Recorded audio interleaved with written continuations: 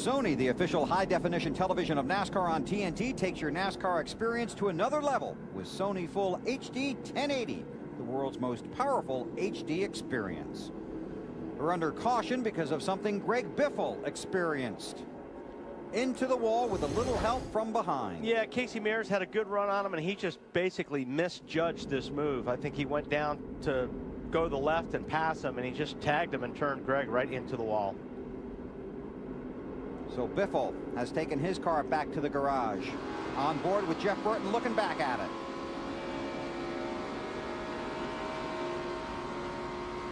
Also looked like Greg may have been coming back up in front of the 42, and the 42 probably thought he had a little bit of room to maybe pass him on the outside.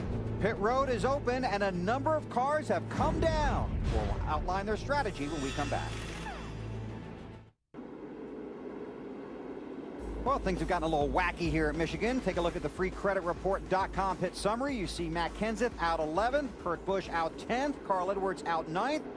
The pace car goes to pit road. They put the green flag in the air. The top 7 cars did not pit under this yellow. 21-year-old Cale Gale is the race leader. The guys that stayed out pitted on lap 12. Fuel only for Clint Boyer. After taking tires on the earlier pit stop, they get racy behind the leaders, and Sorensen wants the lead. See that yellow car shooting up the middle of the pack. Kurt Busch, he had a heck of a run going. Reed Sorensen around Cale Gale, who was born on March 5th, 1985, 21 years old. Yeah, that 39 car is flying. He's going to probably be leading this thing in about another lap. Busch on the inside. Mears to second. Now Mears thinking about the lead, and that's the draft helping out there. Takes a look on the bottom. Boston South. 59. Stacy Compton has hit the wall. Caution number 3. Are we wrecked bad or not? Yeah. Right rear. Gonna need a little work. And the front might need a little work. I kind of say bad on that one. Set of tires. And a really big hammer. Let's go back and see if we can find out what happened. Watch the right side of your screen. Man, that was weird. Whoa. He was all by himself. He was all by himself, and it didn't even look like he was really up to full speed. So Stacy Compton heads for the garage. A lot of work on that car under our 3rd caution of the afternoon.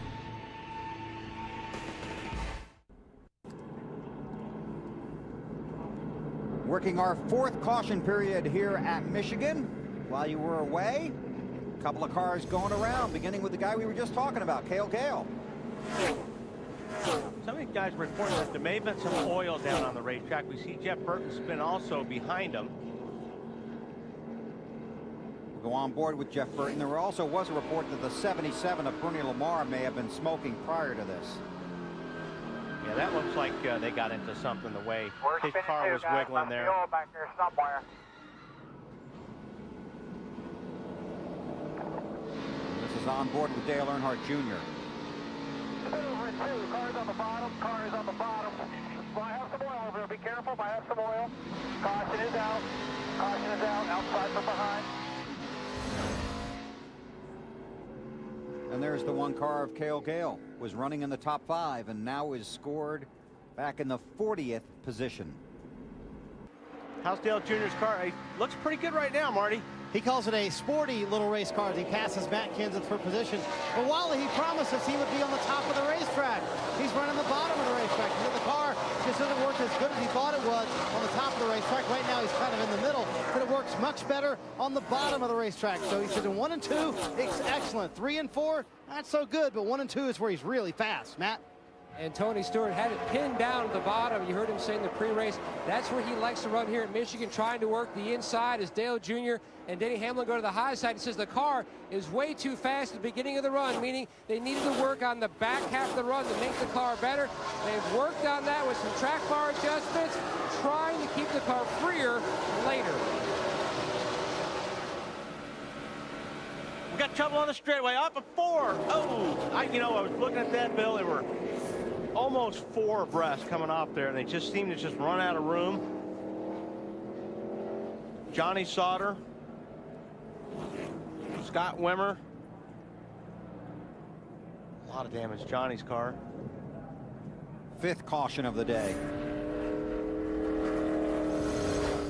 Here's what you were talking about, Wally. Yeah, see, these guys were just racing really hard off 4, and they just looked like they all ran out of room right here.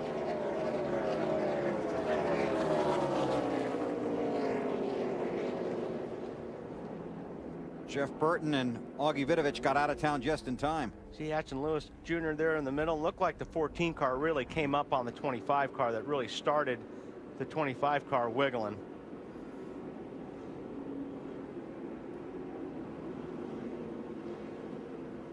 On board with Jeff Burton, watching it all unfold. This would be a great shot. See, the 14 will slide up, get into the 25, and they just run out of room. 4 wide now, 4 That's wide. You're ready beside you. Keep digging. Caution is out. Nice Easiest job, 3 buddy. cars Jeff Burton will pass all day right there. It's a When they wide wreck in front of you. It's a wide racetrack, but not wide enough right there. Yep. Ashton Lewis Jr. This track has a reputation for great finishes, doesn't No, it? it does. It's why the race car drivers love racing on this place. It's the favorite among them, many of them. Pace car to pit road. One chance for a green-white checkered finish. 2 laps to go when they get the green. Carl Edwards leads. Robbie Gordon second. Earnhardt, Mears, Kenseth, and Martin. Tell you what, Robbie Gordon got a pretty good restart right there. Everybody else is doing a little bit of that mirror driving we talked about earlier, but Robbie got a good restart. He's right on the back. He's going to take a look, and Earnhardt's going to be up on the high side. Carl Edwards has got his mirrors full. He's a little bit loose off of 2. He's sideways. Carl Edwards is around. And he got turned. Oh. Caution flag is out. The race is over. Get fired up, get around here. We'll have to wait and get the official scoring. We'll wait on word from NASCAR.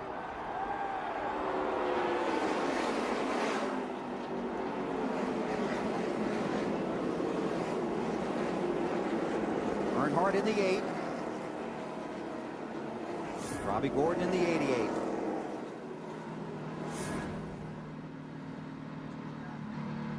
Let's go back and take a look. Okay, you see these guys are racing hard. Carl Edwards gets a little bit loose right there. These guys are still hard on the gas. He gets tagged a little bit by the 8 car and then turned right across from right across Robbie's nose. Another look. And I mean, you're in a situation here, you're racing, it's the end of the race. Probably if that would have been lap 20, there would have been a lot different outcome, but Junior saw him get a little bit loose and he started turning, and you gotta go. I mean, this is for the win. And Robbie had said that Carl got loose on the previous restart as well. On board with Earnhardt. Be an interesting shot. There you go. He's got a really good run right here. Now watch Carl's car get loose. Right there, he gets loose. Junior's got a good run, and he gets in the back of the bumper and turns him. I mean, there's no two ways about it, but a lot of things happened at once there. NASCAR is going to hold cars 8 and 88. They're going to look at the finish, or where the race finished. Again, one attempt at green-white checkers. If the caution comes out, and here comes Carl Edwards back out on the track. Carl runs into the 8 car.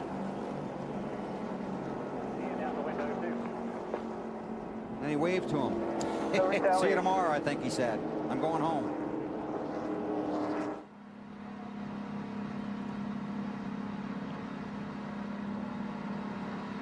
Marty? Getting some information now about this contact between Carl Edwards and Dale Earnhardt Jr. Carl came on the radio, said obviously the 8 hit me. He was requesting NASCAR black flag Dale Earnhardt Jr. That is the debate down in the Dale Earnhardt Jr. pit. They got word Carl had made that request. And now they're debating as to whether or not that should be the call. Carl, obviously very upset when he came to pit road, parked right in front of the 8 pit, then went back out on the track and obviously made contact with the 8 car himself. So that's the debate going on down here on pit road amongst the 8 and 60 teams. Yeah, I mean, you know, you can put yourself in each one of these guys' position. I mean, Carl Edwards was in the lead and felt like he got turned, he got taken out. So you got an angry race car driver that's going to go out and try to settle the score right now with Junior. This is on board with Earnhardt.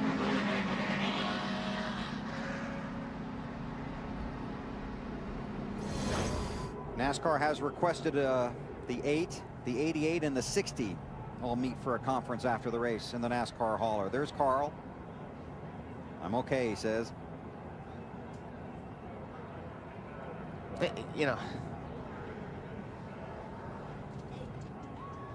Victory lane. Car 8 to victory lane. Dale Earnhardt Jr. is the race winner. It's the winner. Nice job.